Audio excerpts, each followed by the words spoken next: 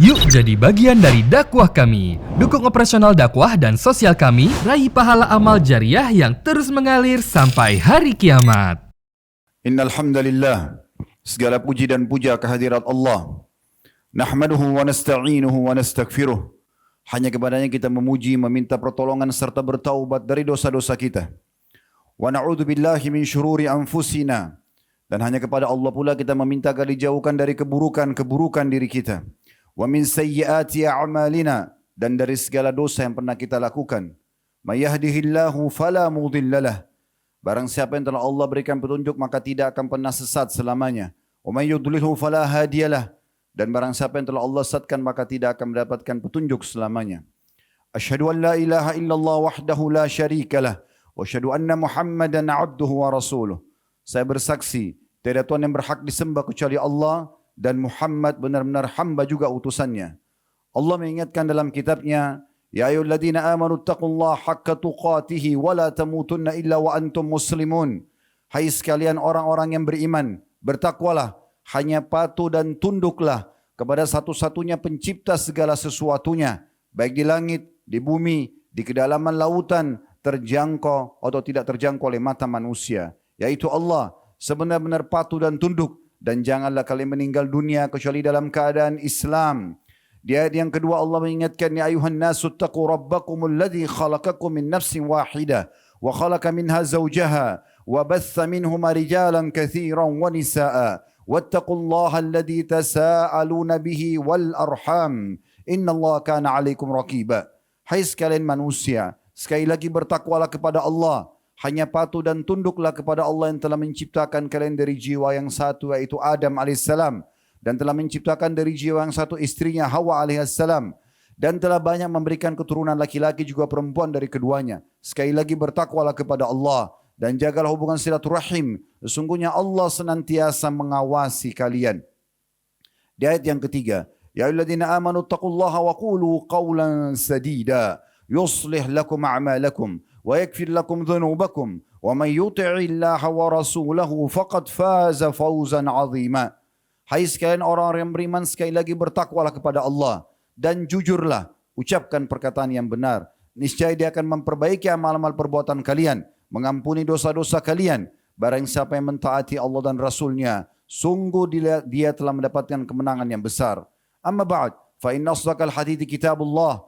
Kita tahu sebaik-baik rujukan umat Islam dalam segala lini kehidupan mereka, terutama ibadah, adalah kitabullah, Al-Quran. Wa khairu hadi Muhammadin sallallahu alaihi wa ala alihi wa sahbihi wasallam. Dan petunjuk setelah Al-Quran adalah petunjuk Nabi besar Muhammad sallallahu alaihi wa ala alihi wa sahbihi wasallam. Wa syarrul umuri muhdatsatuha, dan seburuk-buruk perbuatan terutama dalam ibadah yang tidak punya rujukan dari keduanya, tidak dari Al-Quran, tidak juga dari sunnah Nabi alaihi salatu wassalam. Fa inna kulla muhdatsin bid'ah. Semua perbuatan baru itu dikenal dengan perbuatan bid'ah dalam agama. Fa inna kulla muhdatsin bid'ah. Semua perbuatan yang dibuat-buat tidak punya rujukan wahyu dikenal dengan perbuatan baru dalam agama. Wa inna bid'atin dhalalah, dan perbuatan bid'ah atau perbuatan baru itu akan membawa pada kesesatan, dan final kesesatan akan membawa pelakunya ke dalam api neraka. Saudaraku seiman rahimani wa rahimakumullah.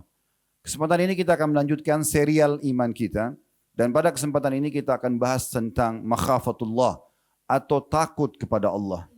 Kalimat la ilaha illallah, la ma'budu bihaqqin illallah, tidak Tuhan yang berhak disembah kecuali Allah. Kalimat yang kita tahu semuanya penyebab adanya alam semesta ini. Adanya perbedaan antara orang beriman dan juga orang kafir. Adanya perbedaan antara penghuni surga dan neraka.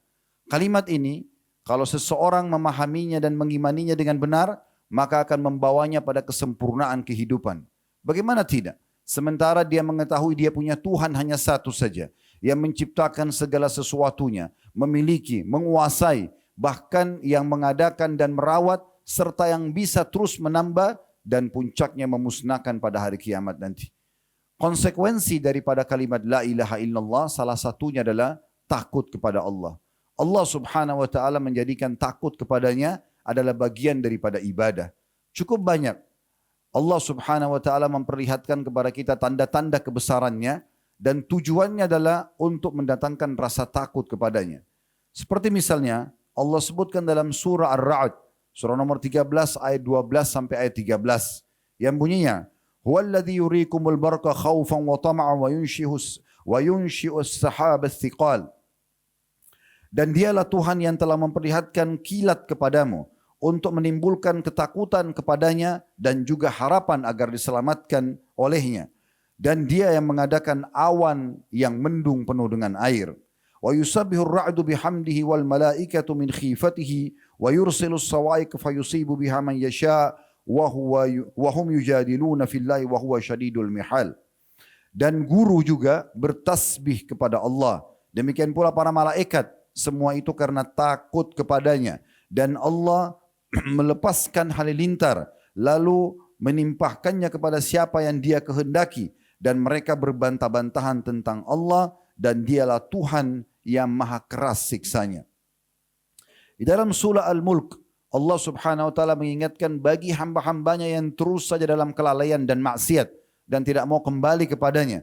Sehingga Allah memerintahkan mereka agar takut akan siksa yang bisa datang setiap saat kepada mereka. Dalam surah Al-Mulk, surah nomor 67 ayat 16 dan 17. Allah subhanahu wa ta'ala menyebutkan, Aamintum man fis samai ay yakhsifa bikumul arda fa idza hiya tamur. Apakah kamu merasa aman terhadap Allah yang berkuasa di langit, bahwa dia akan menjungkir balikkan bumi bersama kamu, sehingga dengan tiba-tiba bumi itu bergoncang?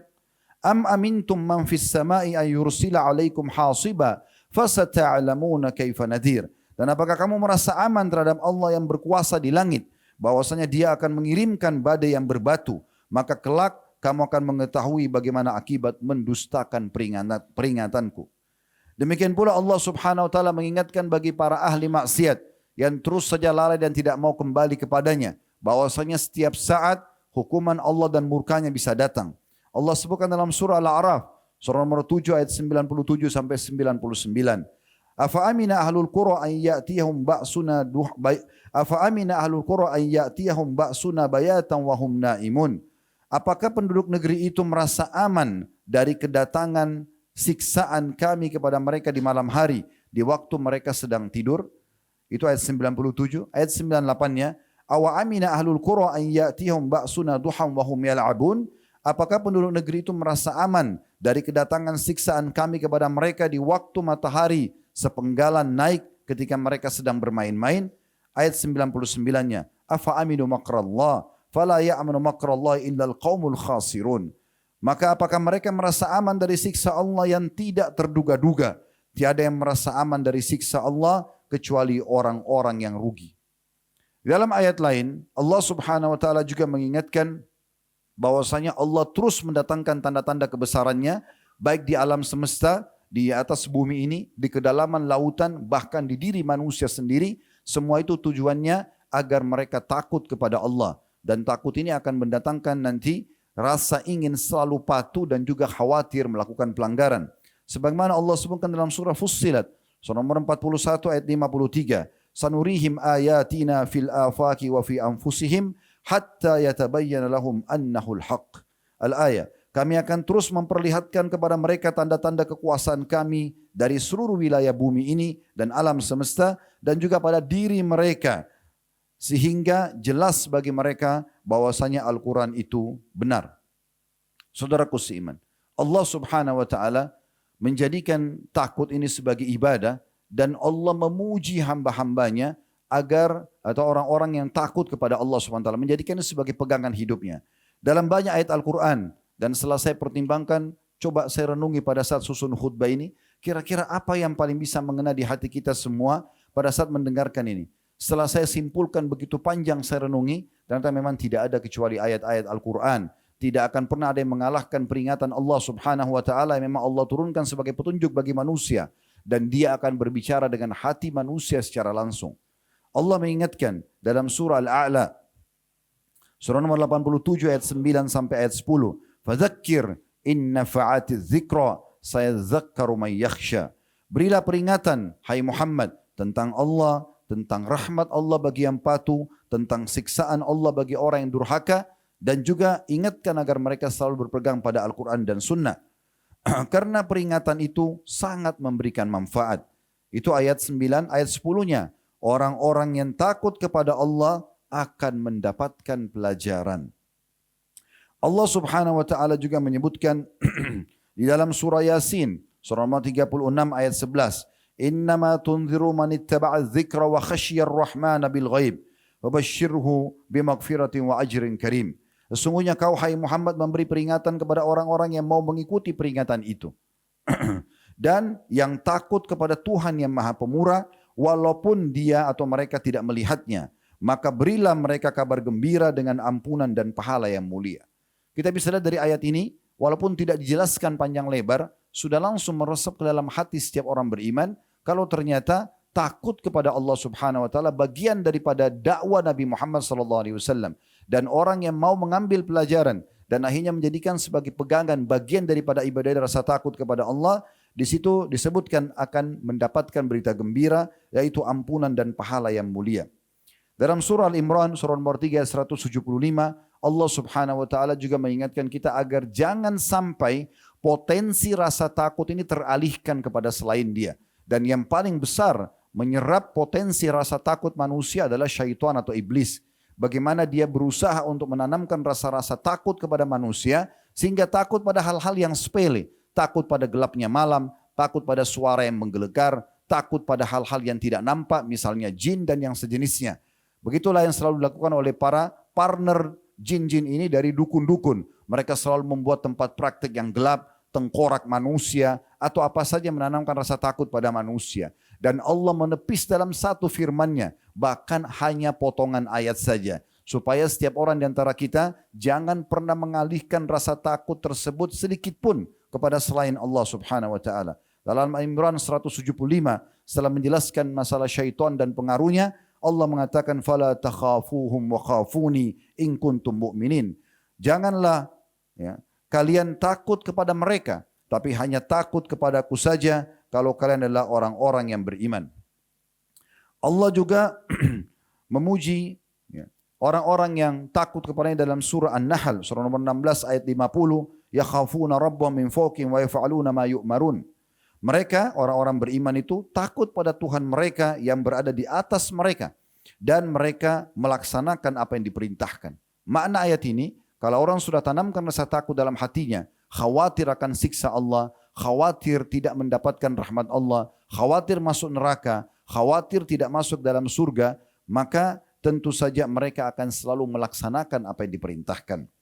Juga Allah Subhanahu wa taala menyebutkan di dalam surah Al-Anbiya, surah nomor 21 ayat 49, alladzina yakhshawna rabbahum bil ghaibi wa hum minas sa'ati musyfikun.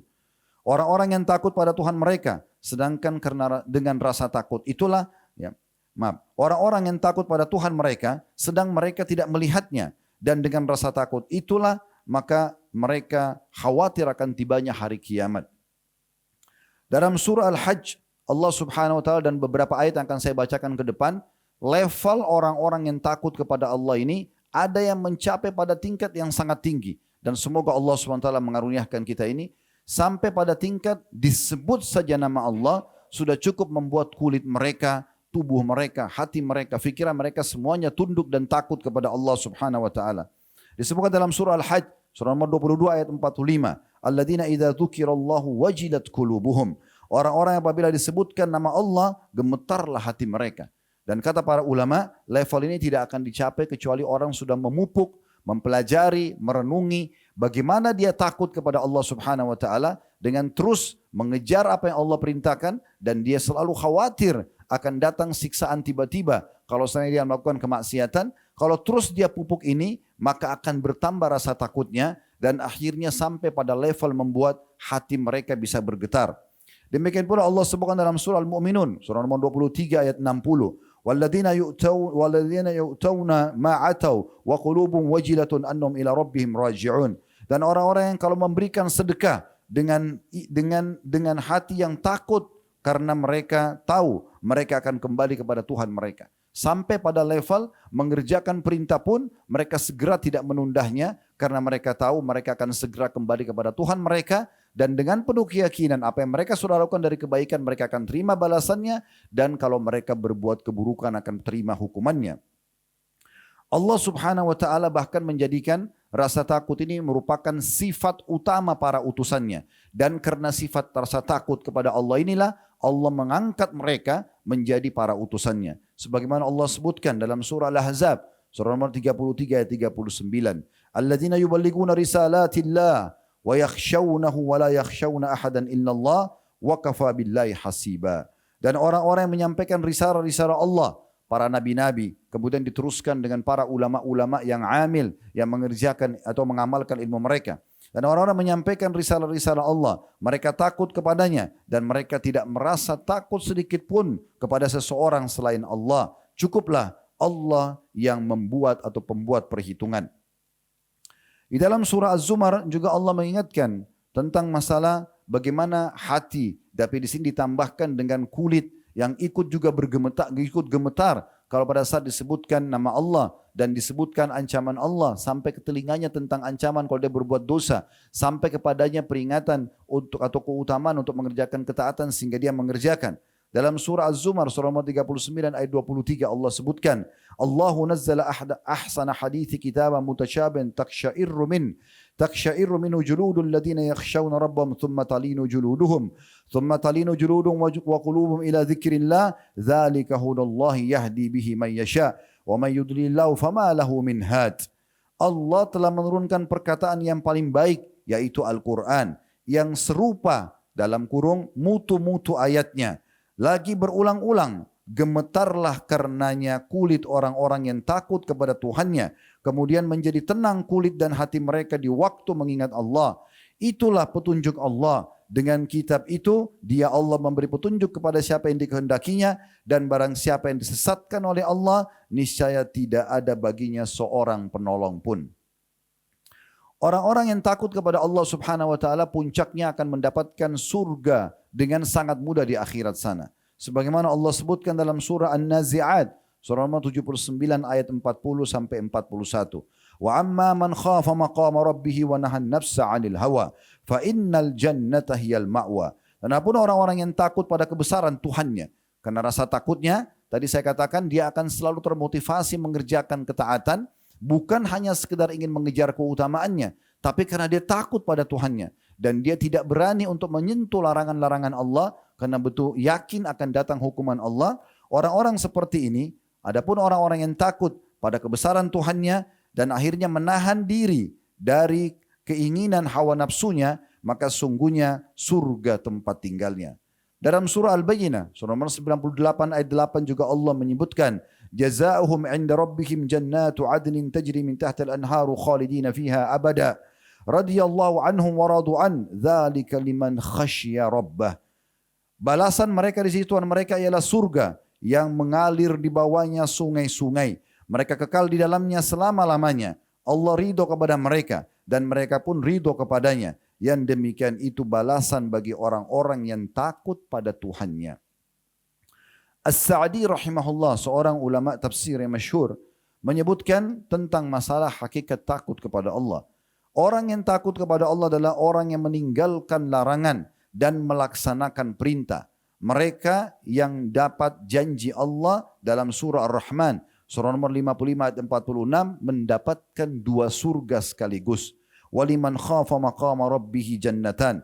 Dan pada 2 surga tersebut terdapat bejana, perhiasan, bangunan, dan isi lainnya yang terbuat dari emas. Salah satu dari surga itu diperuntukkan karena meninggalkan yang dilarang, dan surga lainnya diperuntukkan karena melakukan ketaatan yang diperintahkan. Dinukil dari tafsir As-Sa'di di halaman 880. Begitu juga Ibnu Katsir rahimahullah berkata mengenai surah Ar-Rahman surah nomor 55 ayat 46. Waliman khafa maqama rabbih jannatan. Dan siapapun yang takut pada Tuhannya akan mendapatkan balasan 2 surga sekaligus. Artinya siapa yang takut pada Tuhannya sehingga dia menahan hawa nafsu, tidak melampaui batas, tidak mementingkan urusan dunia, sadar dan terus mengejar akhirat, ya, dan karena akhirat itu kekal, menjalankan kewajiban pada Allah dan menjauhi larangan, maka orang seperti ini pada hari kiamat akan dikaruniai 2 surga. Tafsir Ibnu Katsir jilid 4 halaman 344 dan 345.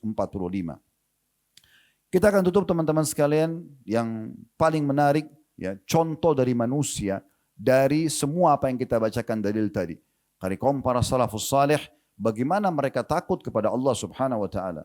Dimulai dari baginda Nabi alaihi salatu wassalam, manusia paling mulia dan paling pantas dijadikan sebagai suri tauladan. Satu hari dalam riwayat Bukhari, beliau pernah tidur gelisah. Suatu malam beliau tidur dalam kondisi gelisah. Lalu ditanyalah oleh istrinya Ummu Salamah radhiyallahu anha, ada apa dengan anda wahai Rasulullah? Tidak seperti biasanya anda seperti ini. Maka Nabi SAW menyampaikan dalam kondisi tubuh beliau gemetar dan ketakutan. Beliau mengatakan, tadi aku menemukan sebutir kurma saja di sebelah ranjangku, lalu aku memakannya. Setelah aku memakannya, aku tiba-tiba mengingat di rumah ini ada titipan kurma sedekah. Dan aku khawatir satu butir itu adalah dari kurma sedekah. Dan dengan itu akhirnya Allah bisa menghukum. Maka karena itu sudah cukup membuat baginda Nabi alaihi salatu wassalam khawatir. Umar radhiyallahu anhu pernah berkata, andai saja terdengar suara dari langit berkata, wahai sekalian manusia, kalian semuanya dijamin masuk surga kecuali satu orang. Sungguh aku khawatir akulah orang itu. Hilyatul Aulia di halaman 138.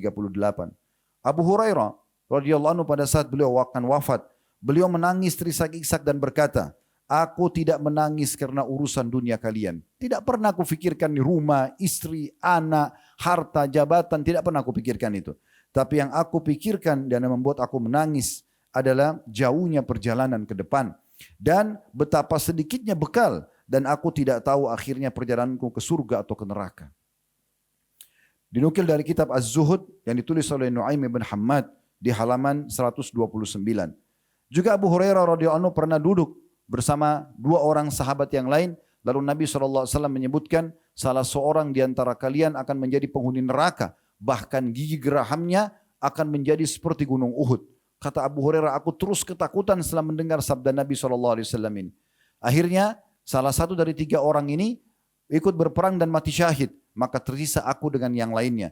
Maka aku terus merasa khawatir sampai akhirnya setelah Nabi SAW mengutus seseorang, ya dari dua, Abu Hurairah dan satu orang ini, menuju ke Musailam al-Kadzab untuk menjadi da'i, dan ternyata dia akhirnya murtad dari Islam, barulah aku merasa tenang. Ternyata yang dimaksud oleh Nabi SAW ada orang tersebut.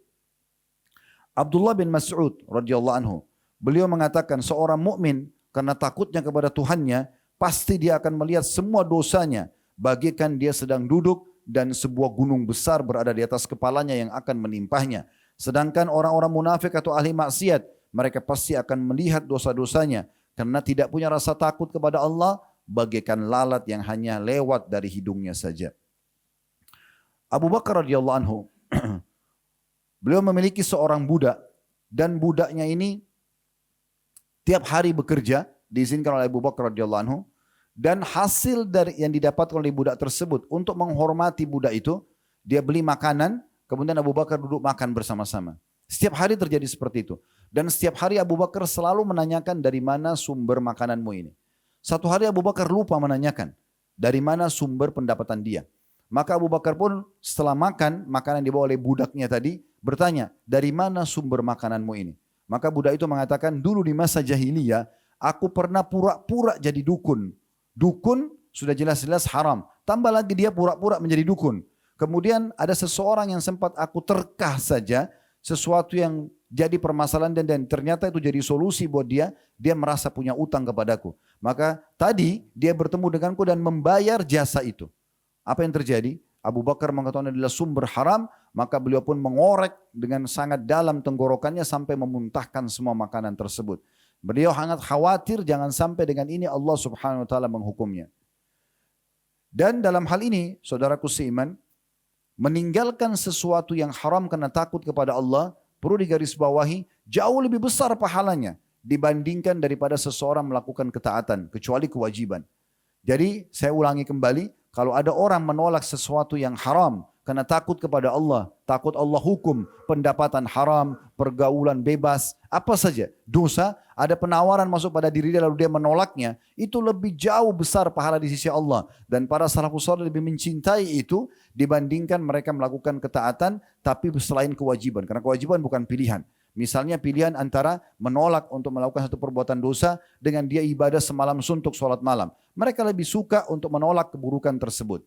Jadi perlu digarisbawahi, takut kepada Allah Subhanahu wa taala, meninggalkan sesuatu yang haram adalah ibadah yang sangat besar pahalanya.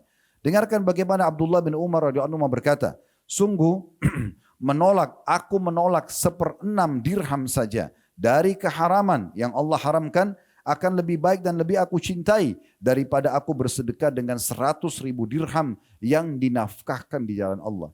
Jadi beliau bukan mendatangkan 1 dirham, 1/6 dirham. 1 dirham dibagi lagi 1/6-nya. 1.000 rupiah misalnya dibagi lagi 1/6.